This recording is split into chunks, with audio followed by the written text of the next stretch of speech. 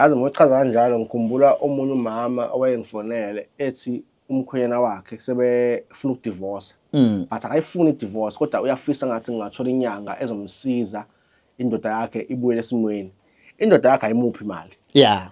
Ithenga nje igrosa nje into ezincane engekho. Kodwa mayechecka ibank statement yayo ino 5000 ebaphaya osli, o 5000 ebaphaya ozama. Futhi iblessa emadolobheni.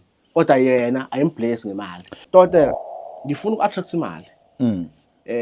Ngabe ngiyasebenza, ngabe nginento engiyenza encane engifuna ikhule, ngiyenza kanjani into eperfect for mina ukuthi ingi-attract imali. Nangabe kude lonako ufuna uthola uhlanga lwemali. Okay. Umsebenzi welihlanga lwemali ngilokuthi asesibekise uvela imali ingena kancane noma kayingeni hlobo uyakhona kuvikeleka. Kuthi lokho lokutholako kuhlale la kuwe ngoba isikhathi esiningi akusho ukuthi abantu abadibani nemali but ngifuna ukuthi abantu ngibakhanyisele ukuthi na unelihlanga lwemali usuke uvikelekile ekutheni angeke nje uthi uhole namuhla imali yakho seyiphela khona namuhla. Okay. Angeke futhi ukuthi unelihlanga lwemali ungathi wenda ibusiness ishishe ingasebenza. Luhlanga lwemali futhi angeke ukuthi ungathi una boyfriend angakuphi imali kanti ufaka elihlanga lwemali. Futhi noma ungibhudi angeke ukuthi emsebenzini nakucala ema promotion unelihlanga lwemali bangakukhuphuli. Sizathu likwenda ukuthi imali ikhuphuke. Lifuna ukuthi uthole imali, attract imali uhlanga lwemali. Okay. Futhi mase summarize lenza umuntu wesifazane onendoda estinge imdethelele kalula imali. Angisilendo iattracta imali. Indlela lokubona ngalo ukuthi kuyasebenza. Lokho akungenisi imali endlini.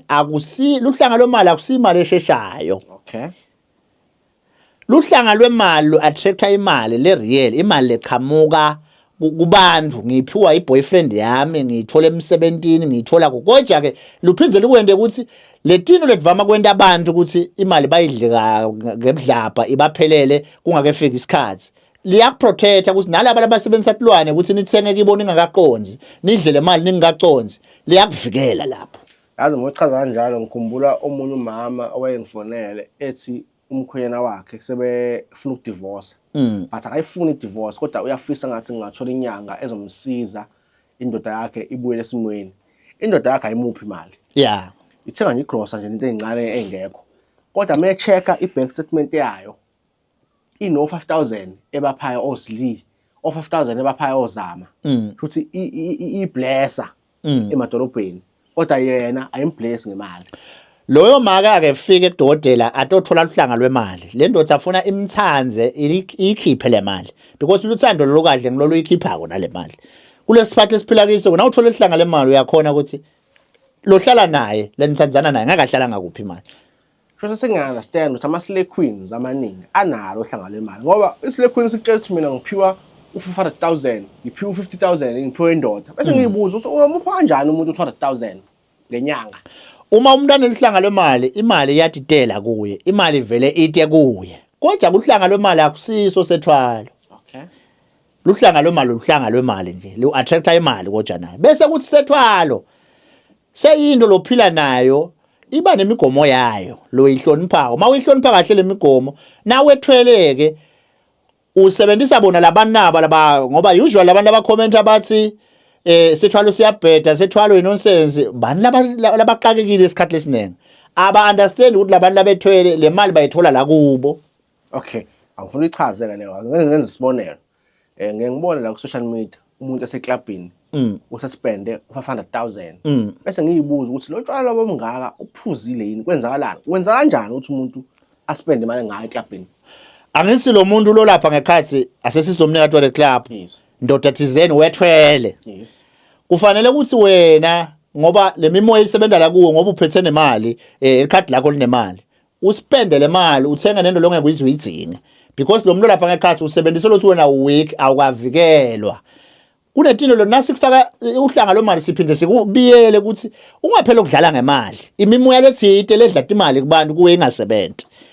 then ke nangilo baba wetavern so spendile ke lo mntu umvathi uvala lonke ibar uthengela bonke abantu ngeke baze bantu baspende mhlambe kuleyo bar imali efike 1.5 million uthola umuntu oswipe lapho uswipe 1.5 million waswiphela kule kodwa uthola ukuthi isitoko esilapha sa 300,000 uyayibona imali esele ngale ukuthi uthola ukuthi nawe abantu ngeke baze babucede lo tshwala but le mali uyamuntu soyispendile uyavuka ngakusasa uyakhala uthi izospend imali yonke spend uma usagceka izinto zamanje le ndawo sesiphila kuyona uma ukugceka lokuthwala kanti ukugceka awukakaqini usetayikhipha imali uphe abantu labethwele ungaboni utawukhuluma kakhulu lamlunye kanti le mali uyibhekisa kulabantu labethwele and lento moyisho ngikhumbula abafundisi uthatha umuntu uyonikela uyaswaphe esontweni kodwa ekhaya ulala one room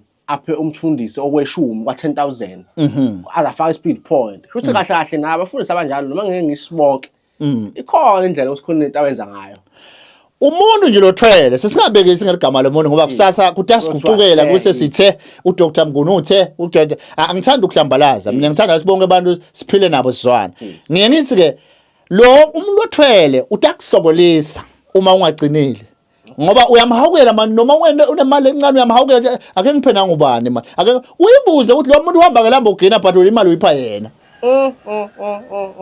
uma ungaqinisile wathola uhlanga lwemali usezogqilazeka kulomhlaba lo okay ngifuna ukuyisamaraza ngokuyibuza so uthi umuntu osazama ofuna ubhizinisi amancane akalithatha uhlanga lemali ukuze ayi-attract imali and umuntu othi imali yakhe uyayihola namhlanje mhla 15 ushaya umhla ka20 akasana mali sefana boleke futhi komashonisa athi mehola iphinde ihambe yonke akalithola futhi uhlanga lemali ukuze aprotect lokho nakho aphinde attract enye kwabanye uthi futhi umuntu one boyfriend enemali noma umuntu onenkosikazi noma nentombi enemali owesilisa naye akalithola uhlanga lemali ukuze attract imali abe umuntu oyithola imali bese uthi ofuna ukuthwala futhi akasondele uzomthwalisa yebo kodwa futhi uthi lo ongafuni ukuaffecteka kubantu abathwele akafika azoqina yebo ngoba ufika aqinile uyohlezi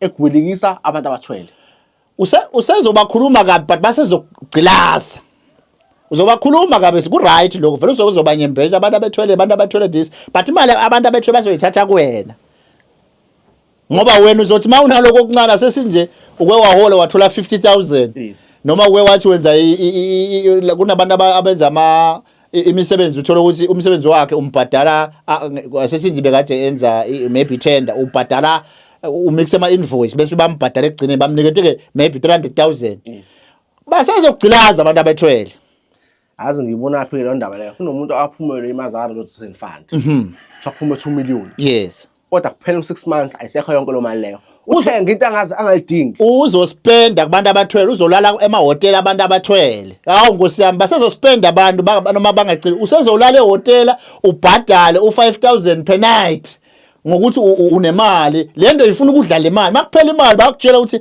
baba uyabona ukuthi awusakhokhi right kuyomela wenza ama balances uphume kulendlu abizela wonke umuntu emphakathini hamba ubopha imali yabaswaphela utshwala ngaleso sikhathi uyagcilazeka lokani kube lo mbeka blockiwe kwavalwa lento ledla imali lamtimbeni wavikeleka ngabe lo mlo utawuhlala nemali yakhe ende amabhizinisi naye achubeka abe nempilo kusasa ngoba lokumqoka kumuntu singakhulumeli nje ukuthi social media kumqoka kakhulu kuba ne peace of mind utiphilele nje umuntu ngempilo le normal le uthina tigigaba letendeka empilweni yakho kube tigigaba letendeka noma ngangibani kunabantu ovela ubona ukuthi umuntu ugcilatekile uhola imali lencane but uspenda kakhulu bayadla abantu labethwele badla kuwe